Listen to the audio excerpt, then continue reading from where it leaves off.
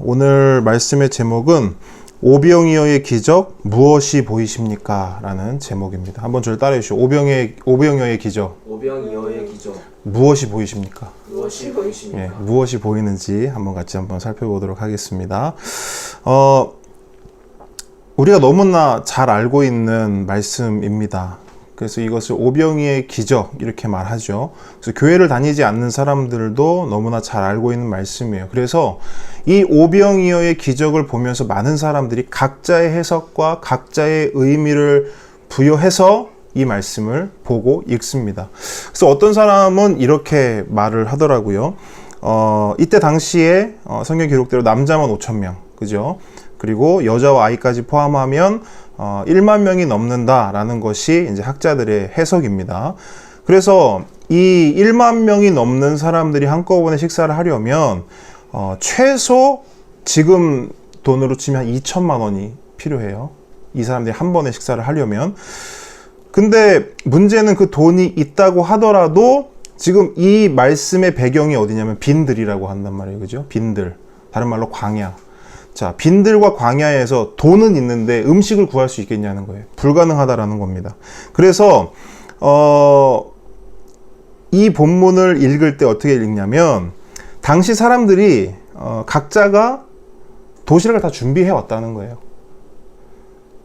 빈들에 오고 들판에서 말씀을 듣고 말씀을 들으려면 시간이 꽤 걸릴 테니까 각자 도시락을 다 준비해 왔다는 거예요. 근데 식사 때가 딱 되어서 보니까 도시락을 꺼내기가 어려운 거예요. 민망한 거예요. 왜?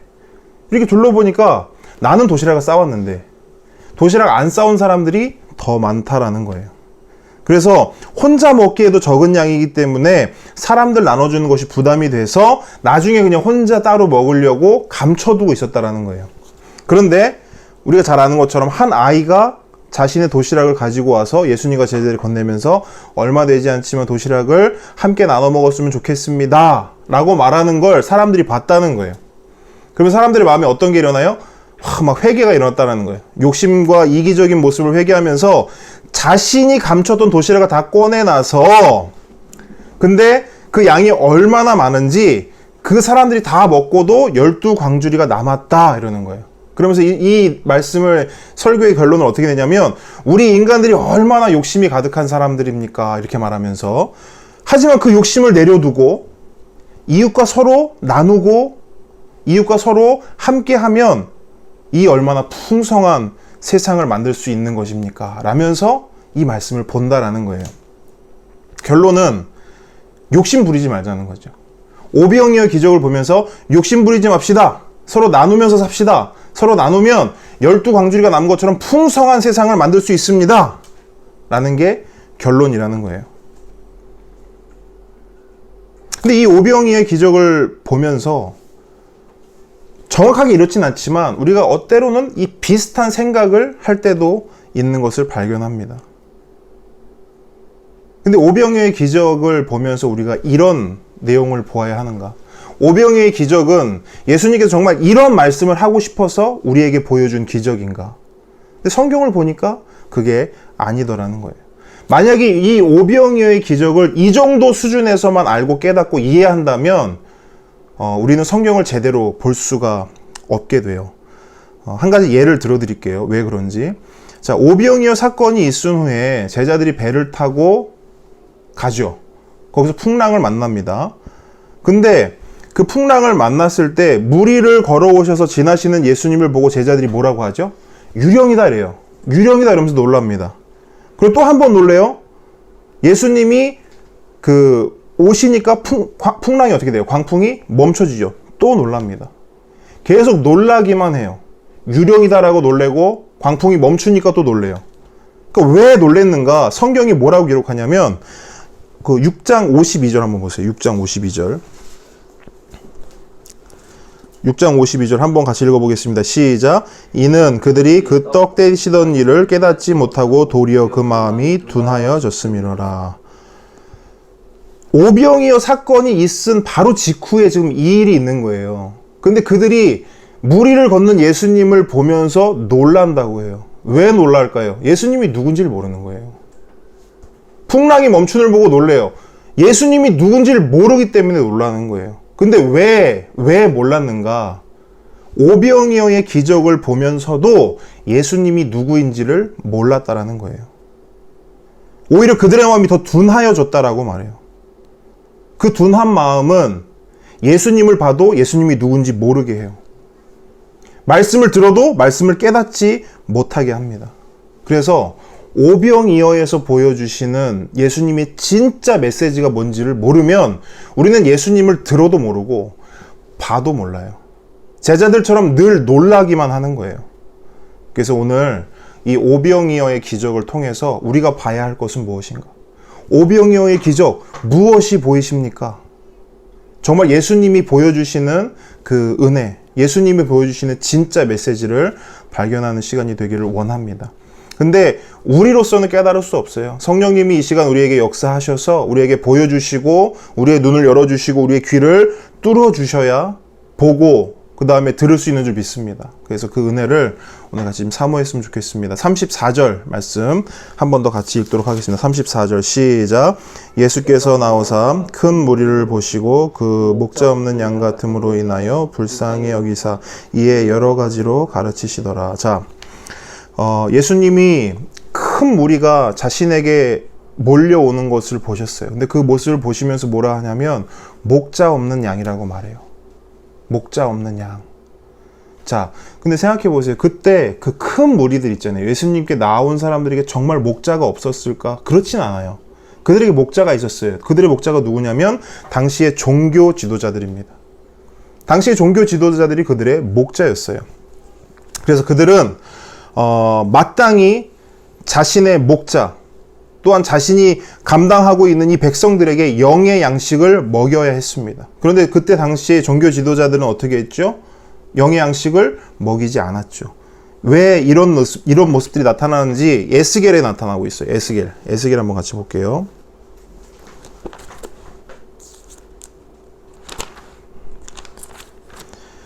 자, 구약에 에스겔 34장이거든요. 구약에 1204페이지 이 정도 있겠네요. 자, 에스겔 34장을 펴놓으세요. 펴놓고 좀 보도록 하겠습니다. 분명 그들에게 목자가 있었는데 예수님은 왜 그들을 목자 없는 양이라고 하셨는가? 에스겔에서 이미 이야기하고 있습니다. 34장 2절 말씀이에요. 2절 말씀 한번 같이 읽겠습니다. 시작. 인자야 너는 이스라엘 목자들에게 예언하라. 그들 곧 목자들에게 예언하여 이르기를 주 여호와께서 이같이 말씀하시되 자기만 먹는 이스라엘 목자들은 화 있을 진저 목자들이 양떼를 먹이는 것이 마땅하지 아니하냐. 이렇게 이야기하고 있어요. 자, 이스라엘의 목자라면 양떼를 먹여야 함이 마땅한 것인데 그때 당시의 종교 지도자들은 그 일을 하지 않았어요. 근데 그 이유는 결론을 보면 알 수 있어요. 뭐냐? 그들은 진짜 목자가 아니었기 때문이에요. 목자인지 아닌지는 그가 어떤 일을 하는지를 보면 알 수 있어요. 양을 먹이지 않는 목자는 목자일 수가 없는 것이죠. 그러면 누가 진짜 목자인가? 에스겔 34장 15절 말씀 볼게요. 15절 쭉 내려와서 15절 말씀 한번 읽어보겠습니다. 마땅히 먹여야 하는데 먹이지 않아요. 그러면서 하나님이 이렇게 말씀하세요. 15절 함께 읽겠습니다. 시작. 내가 친히 내 양의 목자가 되어 그것들을 누워있게 할지라 주 여호와의 말씀이니라. 아멘. 자, 하나님께서 친히 목자 되어 주신다고 말해요. 이 말은 무슨 말이냐면 종교 지도자들이 아무리 많아도 그들은 백성들의 목자가 될 수 없다라는 것이에요. 그러면 누가 목자가 될 수 있는가? 하나님 본인이 목자다 말씀하세요. 내가 목자 되어줄게 말씀하시는 거예요. 근데 에스겔의 이 말씀을 지금 누가 성취하고 있는 겁니까? 큰 무리를 보시면서 목자 없는 양을 보라 말씀하시는 예수님이 이 에스겔의 말씀을 성취하는 거예요. 성경에 나와 있죠. 목자는 양을 알아본다라고 말해요. 목자는 양을 알아봐요. 여러분, 종교 지도자들이 큰 무리를 보면서 아이고 저 목자 없는 양 봐라 그런 말 한 적이 없어요. 그들은. 왜? 그들은 목자가 아니게 양을 알아보지 못하는 거예요. 오히려 그들은 어떻게 합니까? 그 양들을 잡아먹는 존재인 거예요. 그런데 예수님은 딱 보시자마자 말씀하시는 거예요. 목자 없는 양이다. 그리고 긍휼히 여기시고 불쌍히 여기시는 거예요. 오늘날에도 많은 성도들이 좋은 목자를 찾습니다. 그런데 아무리 찾아도 찾기가 쉽지가 않다고 말해요. 그리고 간혹 찾았다 말씀하시는 분도 있어요. 목자 찾았습니다. 좋은 목자 찾았습니다. 그런데 그런 분들은 어디가 있냐면 이단에 가 있어요. 진짜 좋은 목자를 만났다 하고 진짜 좋은 목자를 찾았다고 말해요. 근데 어디가 있냐면 이단에 가 있는 거예요. 왜 이런 일이 일어날까? 성경의 말씀대로 이 세상 사람 중에는 목자가 없기 때문이에요. 목자를 찾으려고 노력해도 목자를 이 세상 사람 중에서는 찾을 수가 없어요. 찾았다 싶어도 이단이에요. 스스로 목자라고 말하는 자는 이단일 수밖에 없는 거예요. 그래서 어떤 사람이 이렇게 말해요. 목사님, 좋은 목사가 좋은 목자 아닙니까? 이렇게 말해요. 좋은 목사가 좋은 목자 아닙니까? 물론 목사에다가 점 하나 찍으면 목자가 되잖아요.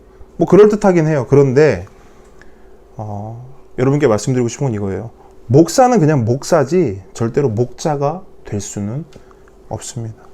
왜? 우리에게 유일한 목자는 누구시기 때문에? 예수 그리스도이기 때문에. 이걸 아셔야 되는 거예요. 신학생들이 신학교에서 공부하면서 저도 마찬가지로 좋은 담임 목사님을 만나고 싶다는 이야기를 참 많이 해요. 성도들이 좋은 담임 목사님 찾듯이 신학생들도 좋은 담임 목사님을 찾습니다. 설교도 잘하시고 인격도 좋으시고 특별히 후배도 잘 이렇게 돌봐주시는 그 목사님을 찾아요. 왜? 그런 분 만나서 배우고 싶다는 거예요. 그 밑에서 성장하고 싶다라는 거예요. 저도 그랬고 지금도 많은 목사님들, 전도사님들이 그런 생각을 하실 거예요. 그런데 제가 말씀을 이렇게 보면서 그게 아님을 깨달았어요. 아, 내가 찾지 말아야 할 것을 찾았구나. 구하지 말아야 할 것을 구했구나. 마태복음 11장 29절의 말씀을 보면 이런 말씀이 있어요. 나는 마음이 온유하고 겸손하니 나의 멍에를 메고 내게 배우라. 그리하면 너희 마음이 쉼을 얻으리니. 이 말씀을 묵상하면서 그런 생각했어요. 아, 내가 찾아도 찾을 수 없는, 구해도 구할 수 없는 것을 찾고 구했구나. 예수님이 뭐라 말씀하시냐면 다른 사람이 아니라 예수님에게 직접 배우라고 말씀하세요. 나는 마음이 온유하고 겸손하니 나의 멍에를 메고 나에게 배우라. 누구를 통하지 말고 누구를 의존하지 말고 각자가 멍에를 메고 예수님께 직접 배우라는 거예요. 여기서 말하는 멍에는 뭐냐? 이스라엘에는 멍에를 이렇게 사용해요. 보통 소에게 멍에를 씌우잖아요. 그러니까 밭을 많이 바라본 경험이 많은 소에 멍에를 딱 매요. 그 다음에 이제 막 밭을 갈기 시작하는 초보 소 있죠. 초보 소를 같이 이렇게 한 묶음으로 멍에를 맵니다. 그리고 멍에를 맸으니까 그 위에 짐을 싣잖아요. 근데 짐을 실을 때 어떻게 하냐면 짐을 싣고 나서 끈을 묶는데 경험이 많은 소는 끈을 꽉 좀 매요. 꽉 매요. 그리고 경험이 없는 소는 줄을 느슨히 매요. 이게 뭘 의미하냐면 똑같이 짐을 지고 가잖아요. 그럼 누가 힘들까요? 꽉 맨 경험 많은 소가 힘들죠. 사실은 경험 없는 소가 멍에는 매져 있지만 어떤 효과가 있냐면 그냥 따라가기만 하면 그 짐을 누가 지는 거예요? 경험 많은 소가 지는 거예요. 지금 이걸 말하고 있는 거예요. 그러니까 멍에를 매라 이것은 뭐냐면 짐은 내가 책임지고 질 테니까 내 옆에 딱 달라붙어서 뭐 하라는 거예요? 나한테 배우라는 거예요.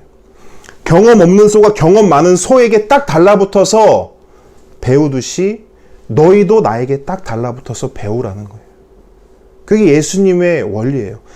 이 세상에서 누군가를 찾지 말라는 거예요.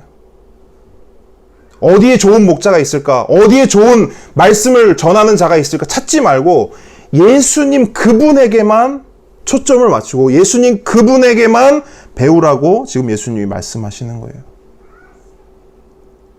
그 멍에를 딱 씌우고 경험 없는 소가 따라가면 어떻게 되냐? 마태복음 11장 30절에 이래요.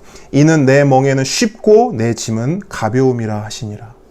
여러분, 왜 멍에를 맸는데 쉽고 왜 짐을 맸는데 가벼울까요? 누가 짓는다는 거예요? 누가 다 지고 간다는 거예요?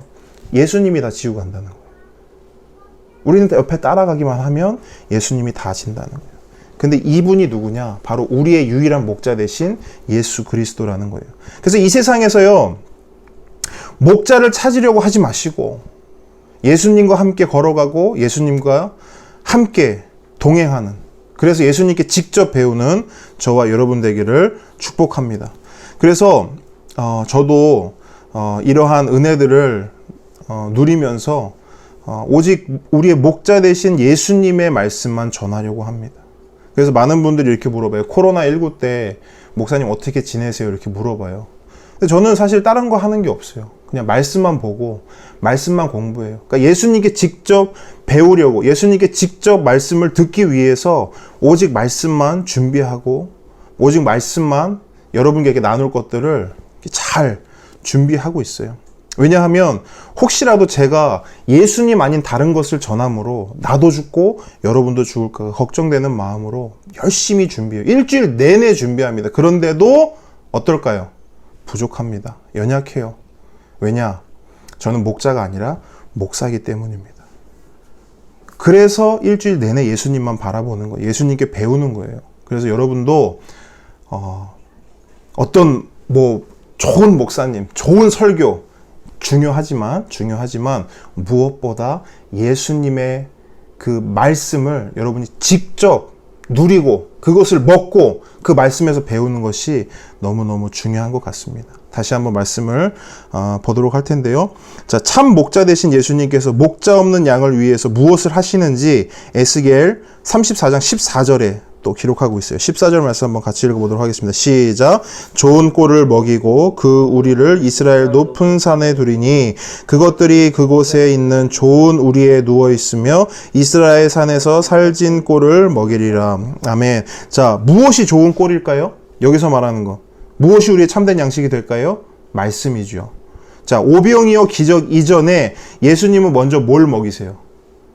먼저 그들에게 여러 말씀을 가르치신다라고 말해요.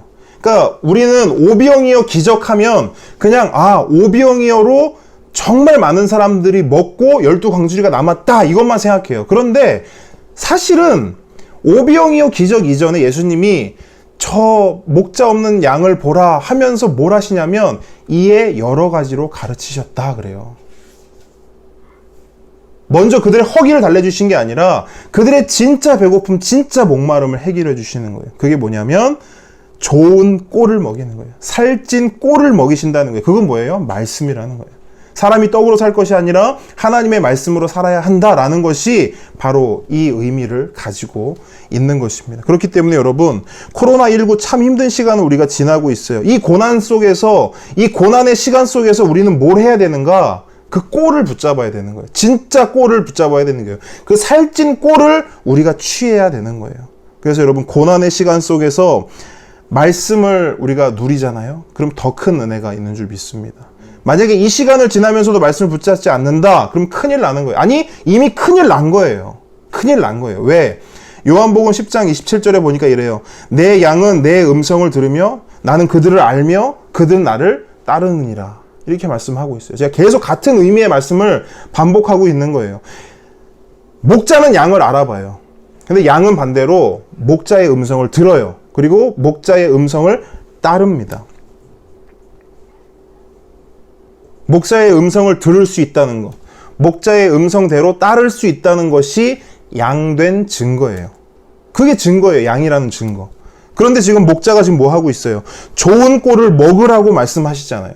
그런데 그 음성을 듣지 못하고 그 음성에 따르지도 못한다면 결론만 말하면 이거예요. 양이 아닌 거예요. 물론 사람들은 이렇게 말합니다. 저는 양이긴 하지만 저 양 맞거든요. 근데 시간이 없어요. 양 맞는데 다른 할 일이 많아요. 양 맞는데 지금은 내가 말씀 보고 꼴을 먹고 그럴 시간이 없습니다. 지금 상황과 환경 때문에 지금은 내가 음성을 들을 수도 없고 그 음성에 따를 수도 없습니다. 라고 말해요. 핑계와 변명을 많이 한단 말이에요. 그런데 여러분, 얼마든지 핑계하셔도 좋고 변명하셔도 좋습니다. 그런데 분명한 건 목자의 음성을 듣지 않고 따르지 않으면 뭐라고요? 양이 아니라고요. 그래서 여러분, 예수님께서 목자 없는 양을 보시면서 긍휼히 여기시고 처음으로 한 것은 그들에게 말씀을 가르쳐 주신 거예요. 그러면 우리가 목자 없는 양이라, 우리가 목자 있는 양이라면 예수님이 우리의 진짜 참 목자 되신다면 그 목자가 우리에게 하신 말씀에 귀를 기울여야 되는 거예요. 예수님께서 우리에게 말씀하신 것을 따라야 되는 거예요. 그것은 다른 게 아닙니다. 여기 말했던 것처럼 좋은 꼴을 내가 먹이겠다. 이스라엘 산에서 내가 살찐 꼴을 먹이겠다. 꼴을 먹이시겠다는데 우리가 입을 닫고 있을 이유가 없는 것이에요. 우리의 입을 열어 그 꼴을 먹어야죠. 우리의 눈을 열어 말씀을 먹고 우리의 귀를 열어 말씀을 들어야 하는 것입니다. 자, 이스라엘 백성들에게는 앞서 말했지만 종교 지도자들이라는 목자가 있었어요. 근데 또 한 존재의 목자가 있었습니다. 그 목자는 뭐냐면 바로 헤롯이에요. 헤롯 왕은 백성의 삶을 돌보고 그들의 육적인 양식을 먹여야 하는 목자예요. 그런데 그가 어떤 목자였습니까? 마가복음 6장 14절 한번 보세요. 마가복음. 자, 마가복음으로 돌아와서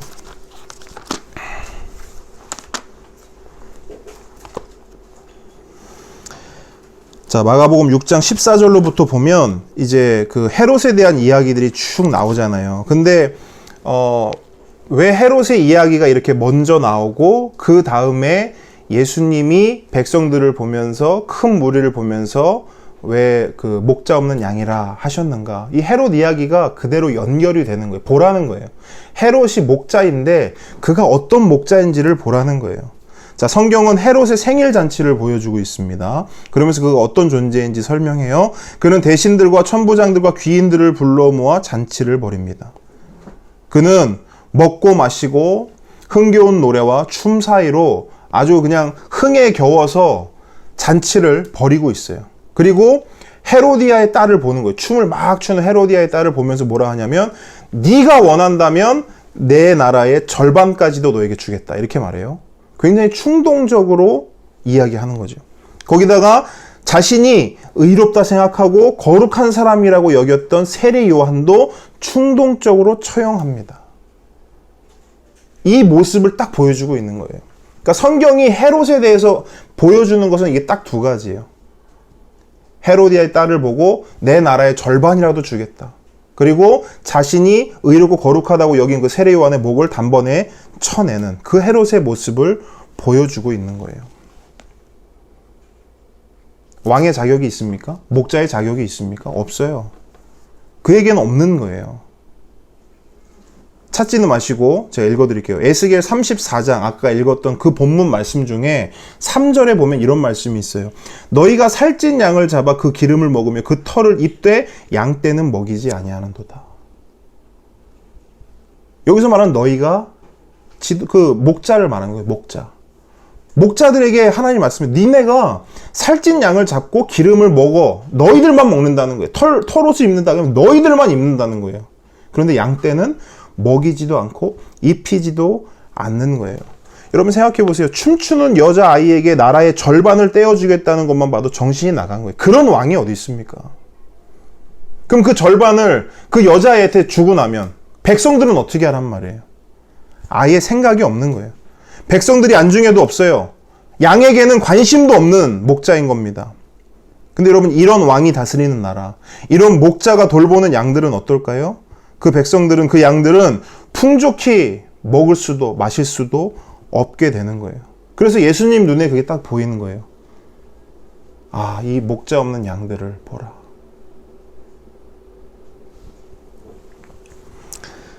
코로나19를 지나면서 뭐 알고 있었지만 더 확실하게 알게 된 게 있습니다. 그건 뭐냐면 이 세상 그 누구도 우리의 삶을 책임져 주거나 돌봐줄 수 없다는 거예요. 어떤 누군가는 목자 행세를 하려고 해요. 하지만 결국 그 목자 행세를 하는 자도 결국에는 헤롯이더라고요. 그걸 보게 됩니다. 이 세상 어느 나라의 대통령, 정치인, 의사, 판사, 검사, 각종 전문가들 그 누구도 그 눈에 보이지 않는 이 코로나 바이러스 하나 이거로부터 우리를 지켜주거나 우리를 돌봐주지 못하는 거예요. 소위 선진국이라 말했던 나라들이 그냥 쭉쭉 나가 떨어져요. 세계 최강국이라고 말하는 미국도 답이 없어요. 도리가 없어요.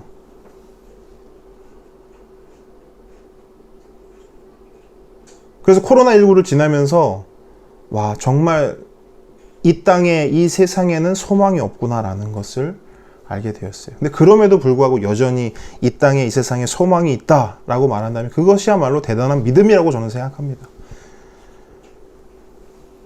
그래서 이 시간들을 지나면서 우리가 알아야 될 것은 오직 예수님만이 우리의 진정한 목자 되신다. 이 땅에 소망 없고 이 세상에 소망 없고 오직 예수 그리스도가 나의 영원한 소망이 되신다. 이러한 고백과 믿음이 우리 안에 있어야 될 줄 믿습니다. 자, 35절, 36절 마가복음 오늘 본문 35절, 36절 한번 같이 읽어보도록 하겠습니다.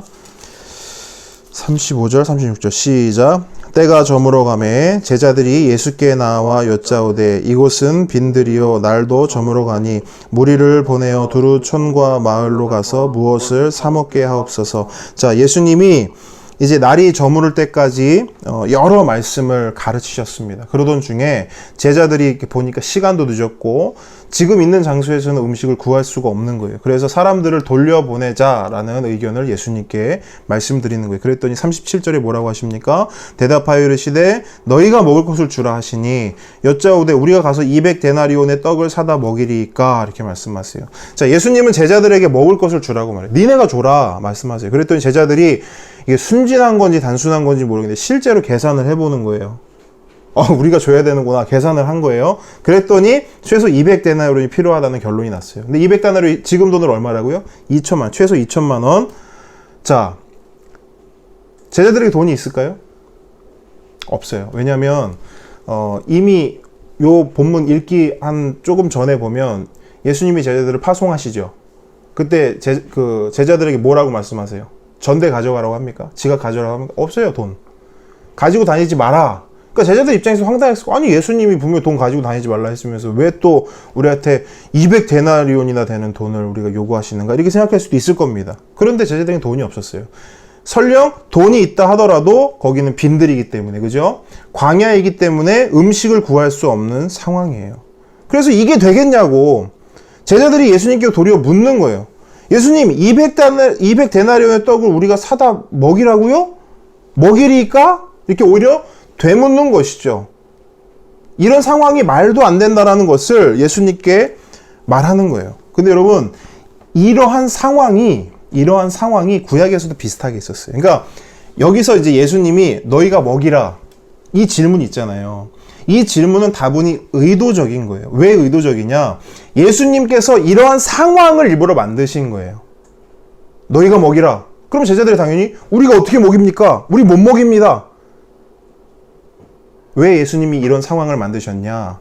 구약에 있었던 어떠한 상황들을 예수님이 성취하기 위해서. 어떤 말씀인지 한번 찾아볼게요.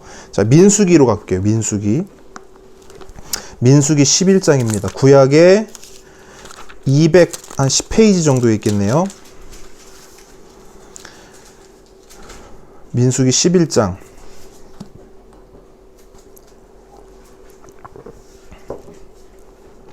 민수기 11장의 이제 대략적인 내용은 이거예요. 뭐냐면 이스라엘 백성이 하나님께 막 원망하는 거예요. 근데 보통 원망하는 게 아니고 악한 말로 원망을 했다고 해요. 막 불평을 합니다. 근데 그 불평의 이유가 뭐냐면 고기 먹고 싶다는 거예요. 고기 먹고 싶다고 하나님을 막 원망 불평해요. 그러면서 뭐라 하냐면 우리 만나 가지고 안 된다는 거예요. 고기도 달라는 거예요. 그랬더니 하나님이 뭐라 하시냐면 너희가 냄새도 싫어지기까지 내가 한 달 동안 너희들에게 고기를 먹게 해주겠다 이렇게 말해요. 그랬더니 하나님 그렇게 말씀하시는데 모세가 뭐라 하냐면 11장 21절 22절 한번 보세요. 11장 21절 22절 자, 함께 읽겠습니다. 시작.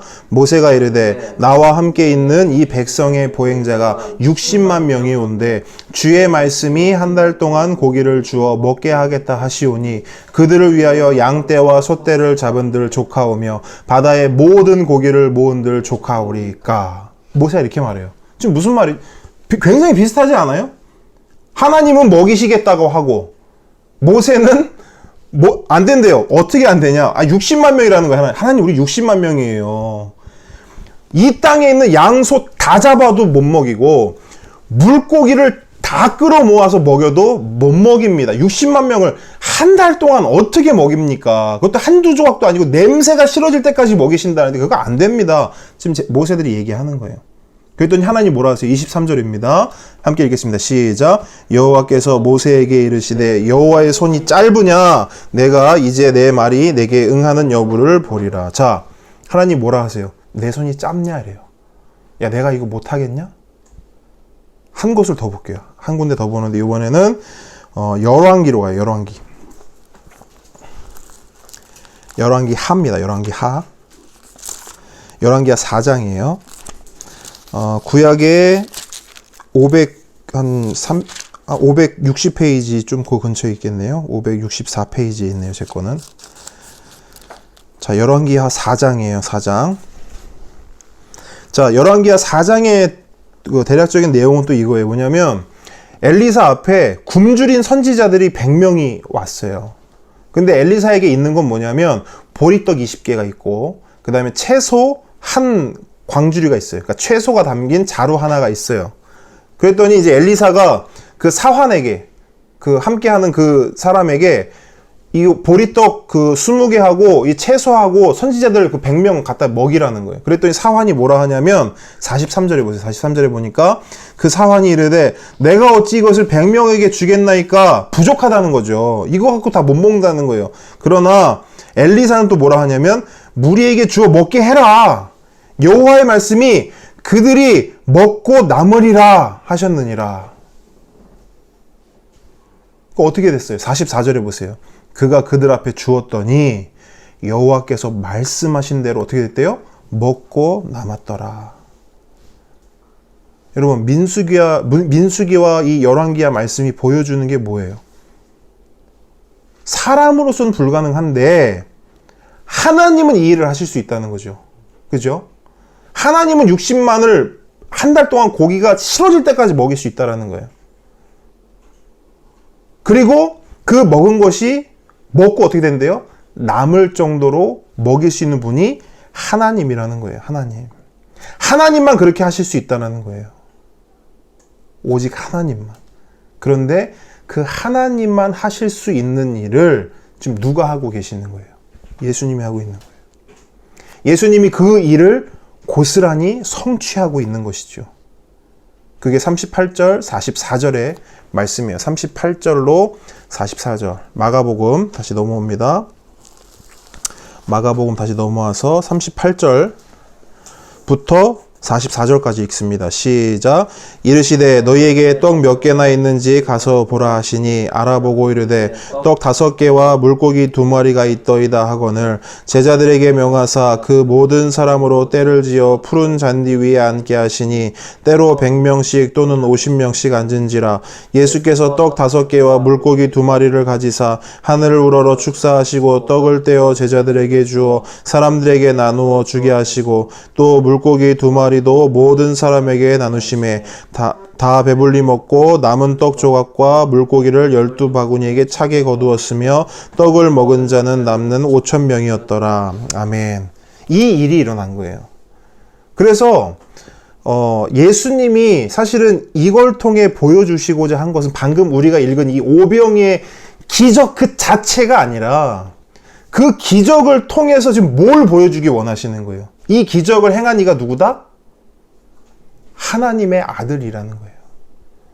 그러니까 예수님은 이 오병이의 기적을 통해서 사람들이, 그 자리에 모인 사람들이, 그리고 이 말씀을 읽는 사람들이 예수님 자신을 발견하고 알기를 원했어요.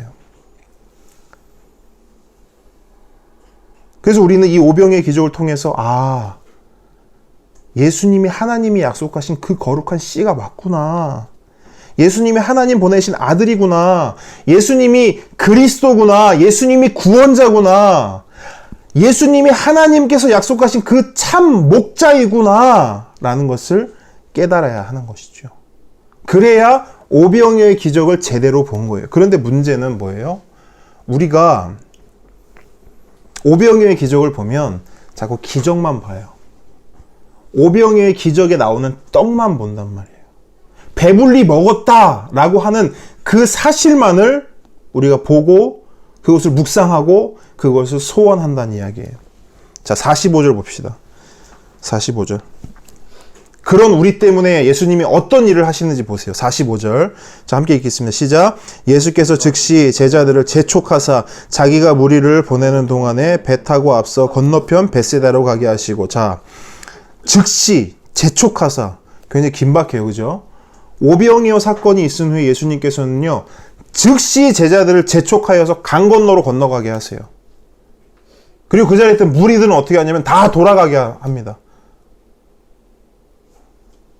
여러분, 기적이 일어났잖아요. 축제잖아요. 어마어마한 일이 일어났는데 제자들은 빨리 강 건너가게 하고 그 모였던 큰 무리는 다 돌아가게 한단 말이에요. 예수님이 왜 이렇게 하셨을까? 예수님은 왜 제자들과 무리를 분리시키고 그들을 빨리 여기서 흩으셨는가? 이유가 분명히 있겠죠. 여러분, 남자의 수만 5,000명이에요. 여자와 아이를 포함하면 10,000명이 넘는 숫자들이 물고기 2마리하고 떡 5개로 배불리 먹었어요. 그리고 12광주리가 남았습니다. 이거는 말 그대로 기적이죠. 그런데 이런 기적을 경험한 사람들의 반응은 뭐냐면,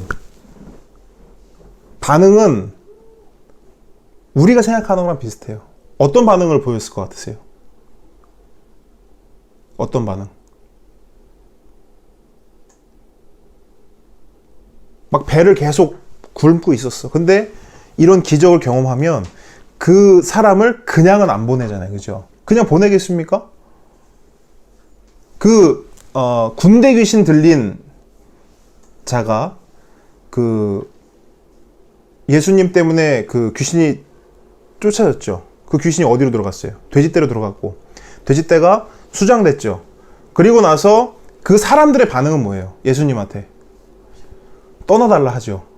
그런 일이 있으면 예수님한테 떠나달라 해요. 근데 만약에 그 자리에서 그냥 예를 들어서 돼지 2,000마리가 4,000마리가 됐다 생각해 보세요. 그럼 그 사람들이 어떻게 했을까요? 예수님을 떠나라 했을까요? 붙잡죠. 무슨 말인지 아시겠죠? 자, 마가복음에는 기록되어 있지 않아요. 근데 요한복음에는 이러한 상황이 기록이 되어 있어요. 요한복음을 볼게요. 요한복음 6장입니다. 요한복음 6장 13절에서 15절에 기록되어 있어요.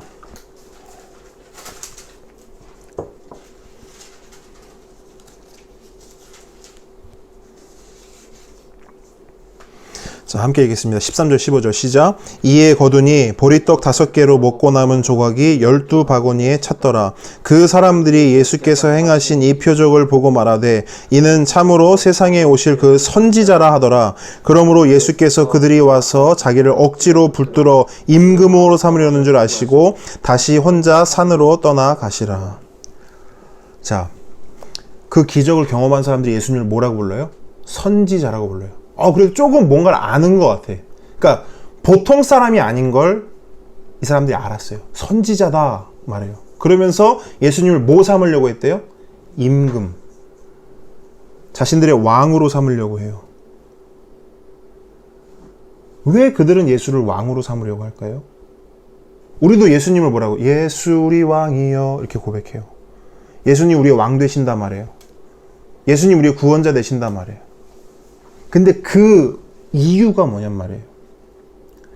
지금 이 사람들은 예수님을 왜 왕 삼으려고 하는 거예요? 예수님 왕 삼는 게 잘못됐습니까? 잘못 안 됐죠? 예수님을 왕 삼는 것은 잘못된 게 아니에요. 그런데 왜 왕을 삼냐는 거예요. 이 사람들이 예수님을 왕 삼으려고 하는 것은 자신들을 배불리 먹이고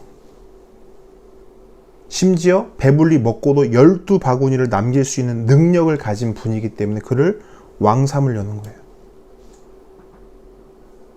이런 사람이 우리의 왕이 되어야 된다. 우리의 임금이 되어야 된다. 헤롯 저런 건 우리 왕이 될 수 없어. 이런 분이, 이런 능력을 가진 분이, 우리를 먹이시고 우리를 배불리시는 분이 우리의 왕이 되어야 된다. 이런 반응을 보이는 거예요. 자, 우리는 어떨까요? 이 사람들만 이럴까요? 우리는 어떨까요? 우리도요, 보세요. 이제 그 총선이 있습니다. 총선은 우리를 대표하는 정치인을 뽑는 거예요. 자, 사람들은 어떤 정치인을 뽑으려고 하죠? 대부분은 내 배를 불려줄 수 있는 정치인을 뽑으려고 합니다. 자, 대선 때는 대통령을 뽑아요. 어떤 대통령을 뽑으려고 합니까? 경제 대통령 뽑으려고 하죠. 이제 더 그럴 거예요. 이제 다음 대선 때는 100% 경제 대통령 이야기 나옵니다. 그러면 나오는 후보들마다 뭐라 그래요? 내가 경제 대통령입니다. 제가 경제 대통령입니다. 저를 뽑아주십시오. 예전에도 그랬거든요. 그렇게 해서 경제 대통령 뽑아놨어요. 어떻게 됐죠? 우리의 삶이 좀 나아졌습니까? 한때는 이런 적도 있어요. 장로 대통령을 뽑으면 하나님이 복 준다고 그 장로 대통령을 뽑았던 적도 있어요. 어땠습니까? 그때 우리 더 어려웠어요. 2명의 장로 대통령이 있었잖아요. 김영삼 대통령. 그때 뭐 왔습니까? IMF 왔고. 이명박 대통령 장로로 뽑아놨어요. 지금 어디가 있어요? 감옥 가 있잖아요. 돈 때문에. 그죠? 우리 배 좀 채워달라고 뽑아놨더니 자기 배 채우다가 지금 감옥 가 있어요. 뭐 그 두 사람만 잘못했냐? 전 뭐 누가 잘했다, 누가 옳으냐, 누가 그러냐를 말하는 거 아니에요. 어떤 정권이 좋다, 뭐 여당이 좋다, 이거 말하는 게 아닙니다. 우리도 그런 사람을 왕 삼기 원한다는 거예요. 우리나라에서는 대통령이 왕이잖아요. 왜 경제 대통령 뽑으려고 해요? 그 대통령을 통해서 내 배가 좀 채워줬으면 좋겠다라는 마음이 우리 안에 있다라는 거예요. 근데 여러분도 비슷하겠지만 우리가 이렇게 지내면서 경제가 좋아졌다 이야기 한번 들어보셨어요? 저도 이제 살아오면서 누구도 그 얘기 하는 적 본 적이 없어요. 뉴스에서도 본 적이 없어요. 드디어 대한민국이 그토록 원하던 경제가 좋아졌으면 한 번도 없어요. 오히려 지금은 너무 상황이 어렵죠. 그리고 지금이 문제가 아니라 앞으로도 문제예요. 코로나가 지나가요. 지나가고 난 후에 올해 만약에 1년을 코로나19 때문에 경제가 완전 주저앉는다. 그러면 이거 회복되는데 3년 이상 걸립니다. 그러면 또 3년, 5년 꽤 많은 시간 동안 우리 경제 이렇게 얘기한단 말이에요. 근데 여러분 그런 상황에서 지수님, 그런 상황에서 예수님처럼 이런 기적을, 경제의 기적, 경제를 살리고 경제를 부흥시키는 기적을 할 수 있는 대통령이 우리 눈앞에 있다고 생각해 보세요. 그 사람 대통령 우리 뽑는다니까요. 그 사람 우리 왕 삼으려고 한단 말이에요. 그러니까 오병이어 기적 현장에 있던 사람들도 그런 마음으로 예수님을 임금 삼으려고 했던 거예요. 지극히 개인적이고 지극히 세상적이고 지극히 사람의 생각으로 예수님을 왕 삼으려고 했다란 말이에요. 근데 그런 마음을 가진 그들에게 예수님은 어떻게 반응하십니까? 요한복음에서는 혼자 산으로 떠나셨다라고 말해요. 마가복음에서는 그들을 속히 돌려보내고 제자들도 강 건너로 보내버려요. 예수님 혼자 계세요. 예수님이 그들을 떠나세요. 그 사람들이 자기를 왕 삼으니까 떠나신다고요. 뭘 말하는 거예요? 당연히 예수님 우리의 왕이시죠. 왕이 되어야 되시죠. 그런데 그 의도가 뭐냐는 거예요. 예수님이 그 의도를 아시고 왕 되시기를 거절하신 거예요. 요한복음 6장 26절 한번 볼게요. 6장 26절 함께 읽겠습니다. 시작. 예수께서 대답하여 이르시되 내가 진실로 너희에게 이르노니 너희가 나를 찾는 것은 표적을 본 까닭이 아니요 떡을 먹고 배부른 까닭이로다. 예수님이 말씀하시잖아요. 너네가 나를 왜 왕 삼으려고 하니? 근데 예수님이 뭐라 하세요? 너는 표적을 봤기 때문이 아니야. 너희들이 내가 구약에서 말하는 그 하나님의 아들 그리스도 목자 거룩한 씨 그것을 알았기 때문에 너희들이 나를 왕 삼으려는 것이 아니야. 너희들이 나를 왕 삼으려고 하는 이유는 떡을 먹고 배부른 까닭이야. 예수님 말씀하시는 거예요.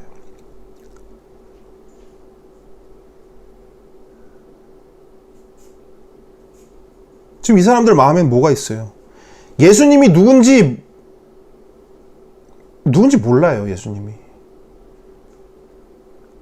그리고 심지어 그 사람들 상관없어요. 예수님이 누군지 상관없어요. 그저 자신들 배를 불려주고 자신들 잘 살게 해주고 자신들에게 복 주면 그게 예수님이든 누구든 임금 삼으려고 하는 거예요. 기적은 봤어요. 예수님의 기적은 경험했어요. 그런데 그 기적을 통해서 표적을 보지 못해요. 왜? 사람들 머릿속에는 온통 떡 생각뿐이니까. 사람들 머릿속에는 온통 내 배 채우는 것만 생각하니까요.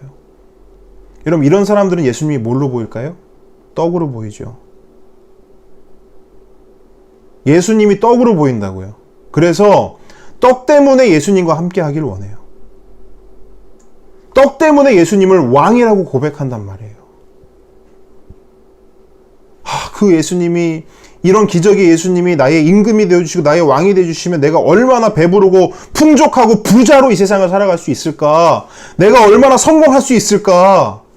이런 기대감으로 예수님을 왕 삼으려고 한다는 거예요.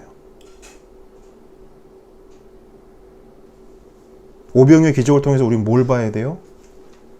나는 예수를 왜 믿는가? 나는 예수를 왜 왕 삼으려고 하는가?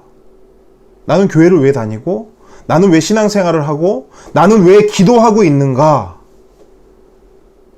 그걸 봐야죠, 여러분. 오병이어 기적을 보면서 나를 봐야죠. 내가 왜 예수를 왕 삼으려고 하는지 그 근본적인 이유를 봐야죠.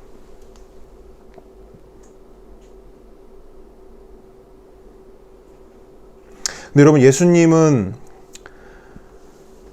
뭐라고 말씀하시냐면, 그러니까 눈에 보이고 손에 잡히는 표적만, 기적만 구하는 자들, 즉 떡 때문에 예수님을 찾는 자들에 대해서 예수님이 뭐라 하시냐면,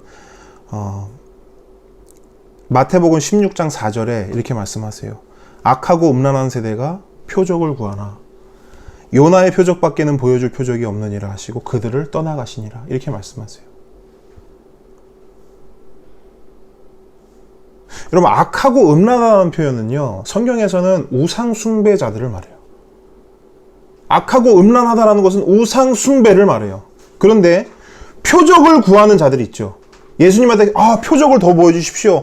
기적을 더 보여주십시오. 이적을 더 보여주십시오. 이렇게 요청하는 사람도 있단 말이에요.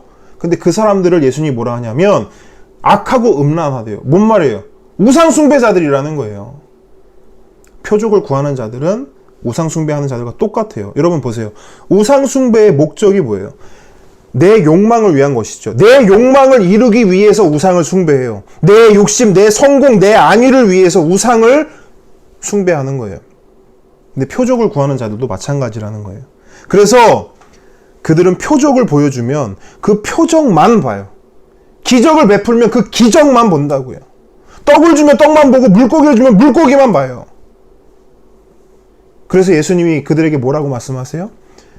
너희들에게 보여줄 표적은 요나의 표적밖에 없다 말씀하세요. 그러니까 다른 표적들을 다 잊어버려도 딱 하나만 보면 된다는 거예요. 요나의 표적만 봐라. 요나의 표적이 내가 너희들에게 진짜 보여주고 싶은 표적이다 말씀하시는 거예요. 여러분, 요나의 표적이 뭐예요? 요나가 밤낮 사흘을 큰 물고기 뱃속에 있었던 것처럼 예수도 밤낮 사흘을 땅속에 있을 것이다. 이게 요나의 표적이에요. 뭘 말하는 거예요? 예수님의 십자가 죽음과 부활을 말씀하시는 거죠. 결국 모든 표적은 뭘 봐야 되는 거예요? 예수님을 봐야 되는 거예요. 오병이어의 기적을 보면서 떡만 보인다. 기적만 보인다. 야, 저들이 저렇게 예수님 따라다니니까 저렇게 배불리 먹었네. 오병이어밖에 없었는데 예수님이 기도하니까 이게 다 풍성히 먹고 12광주리가 남았네. 나도 믿음으로 예수님 따르고 내가 믿음으로 기도하고 내가 믿음으로 구하면 이 작은 것을 드리고도 하나님이 나에게 풍성하게 주시겠네. 12광주리가 남는 것처럼 풍성한 은혜로 나에게 보답해 주시겠네. 이런 게 보이면 답이 없는 거예요.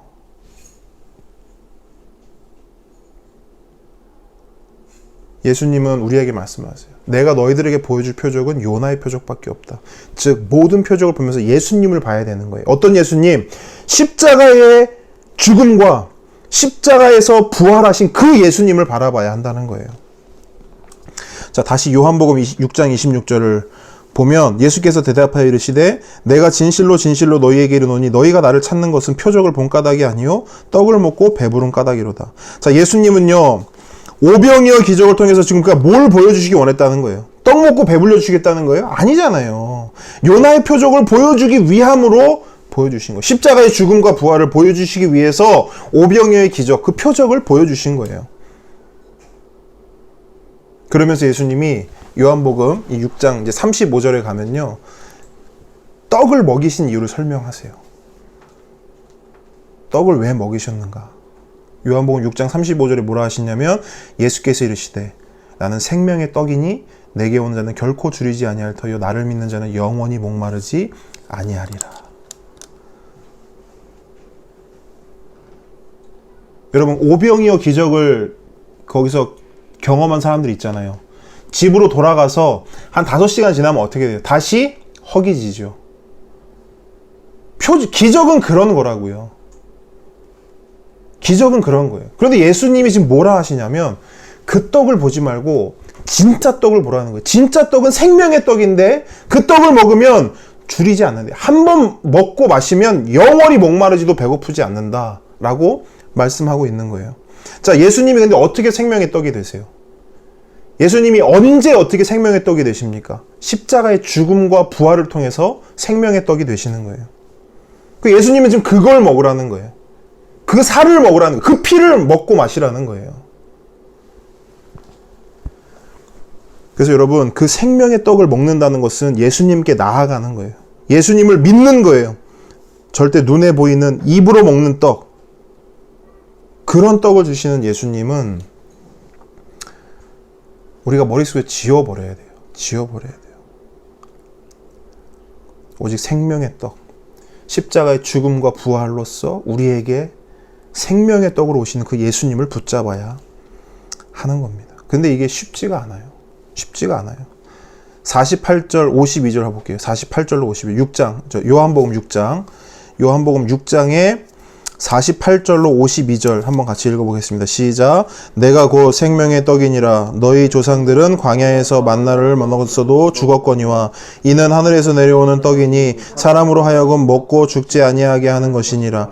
나는 하늘에서 내려온 살아있는 떡이니 사람이 이 떡을 먹으면 영생하리라. 내가 줄 떡은 곧 세상의 생명을 위한 내 살이니라 하시니라.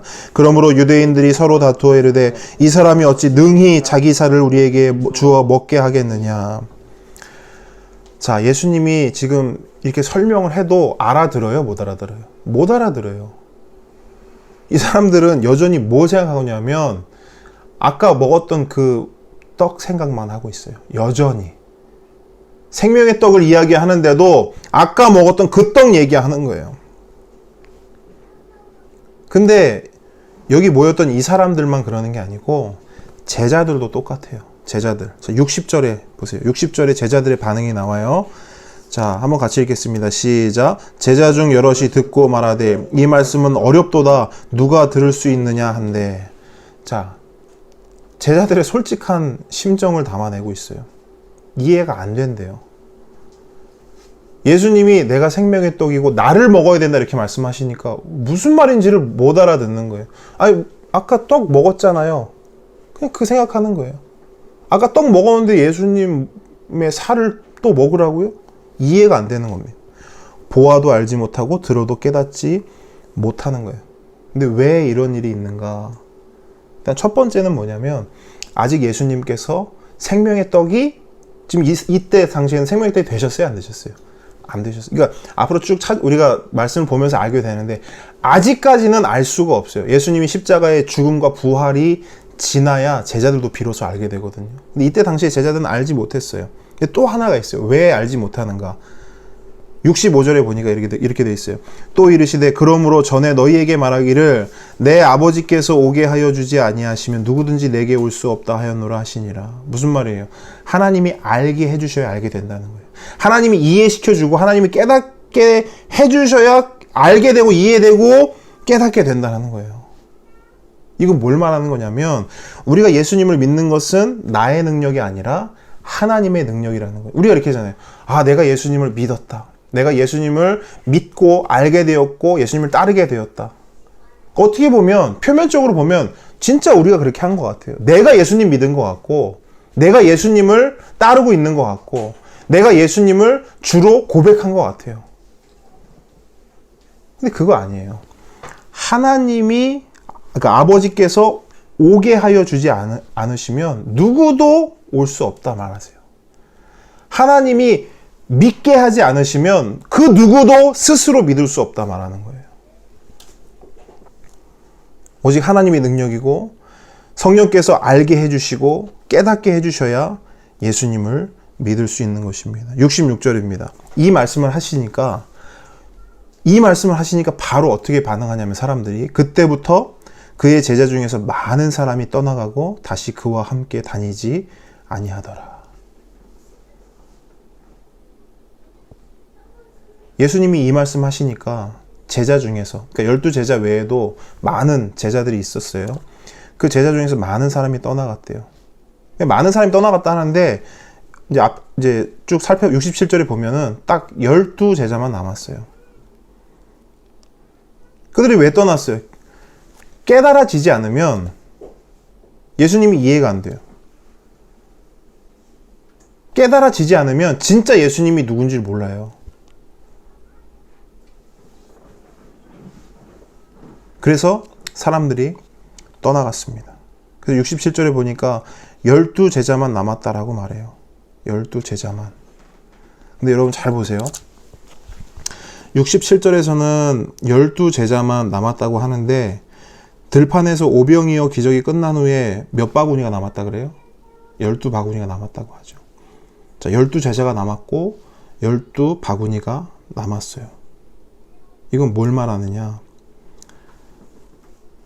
12는 단순한 숫자가 아니죠. 그죠? 우리가 성경을 보면서 12, 그러니까 12라고 하는 그 숫자는 굉장히 의미가 있고 중요한 숫자입니다. 야곱이 이스라엘이 되고 야곱의 아들들이 12지파가 되죠. 그리고 요한계시록을 보면 요한이 새 예루살렘을 볼 때 그 문이 12지파의 이름이고 그 기초가 12사도의 이름으로 되었다라고 기록하고 있습니다. 그러면 12는 뭘 상징합니까? 하나님의 백성의 숫자를 상징해요. 예수 그리스도의 십자가 죽음과 부활을 믿음으로 구원받는 자의 숫자를 상징하는 거예요. 그래서 12는 그냥 12명, 12바구니 단순히 그런 의미가 아니라 그 12이라는 것 자체가 하나님께서 구원하실 구원의 수라는 거예요. 구원의 수. 그 제자들이 남았어요. 12이. 예수님이 이렇게 묻습니다. 너희도 가라느냐? 너희도 갈래? 그랬더니 68절 69절에 베드로가 이렇게 고백합니다. 시몬 베드로가 대답하되 주여 영생의 말씀이 주께 있사오니 우리가 누구에게로 가오리이까? 우리가 주는 하나님의 거룩하신 자이신 줄을 믿고 알았사옵나이다. 이렇게 고백해요. 여러분 이 고백이 너무나 중요한 고백입니다. 너무나 중요한 고백이에요. 우리에게 반드시 있어야 되는 고백입니다. 우리가 예수를 떡 때문에 왕 삼으려고 하지 않고 이것 때문에 왕 삼아야 돼요. 예수님을. 그런데 이 고백은 우리가 스스로 할 수 없습니다. 내 안에 계신 그리스도의 영, 성령님께서 이 고백을 할 수 있도록 역사해 주셔야 우리는 고백할 수 있는 줄 믿습니다. 그래서 이 고백을 믿음으로 할 수 있다는 것은요, 대단한 은혜예요. 이것이야말로 기적이에요. 오병이어의 기적이 아니라 이 고백을 할 수 있다는 것이 기적입니다. 한번 함께 고백해 보겠습니다. 저를 한번 따라해 주십시오. 예수님이 영생의 말씀이십니다. 예수님이 영생의 말씀이십니다. 예수님이 하나님의 거룩하신 자이십니다. 예수님이 하나님의 거룩하신 자이십니다. 예수님이 우리의 유일한 목자 되십니다. 예수님이 우리의 유일한 목자 되십니다. 예수님이 십자가에서 죽으시고 예수님이 십자가에서 죽으시고 부활하심으로 우리가 구원을 받았습니다. 부활하심으로 우리가 구원을 받았습니다. 이것을 내가 믿고 이것을 내가 믿고 알았습니다. 하나님 감사합니다. 하나님 감사합니다. 여러분 이 고백이 있어야 되는 거예요. 오병이어의 기적을 통해서 예수님은 우리에게 목자 되심을 증거하십니다. 그리고 자신이 그 사람들이 먹고 배불렀던 그 떡이 아니라 영원히 배부르고 영원히 목마르지 않는 생명의 떡 되심을 예수님이 선포하고 선언하셨어요. 그러면 이제 마가복음을 통해서 살펴보면서 우리는 뭘 발견하게 됩니까? 이제 그 예수님이 진짜로 생명의 떡이 되셔서 우리에게 나를 먹고 마시라 하시는 그 예수님을 우리가 발견하게 되는 거예요. 그래서 그 은혜를 통해서 오늘 베드로가 했던 이 고백을 우리 일상에도, 우리의 삶 속에서도 고백하는 저와 여러분 되기를 축복합니다. 기도하겠습니다.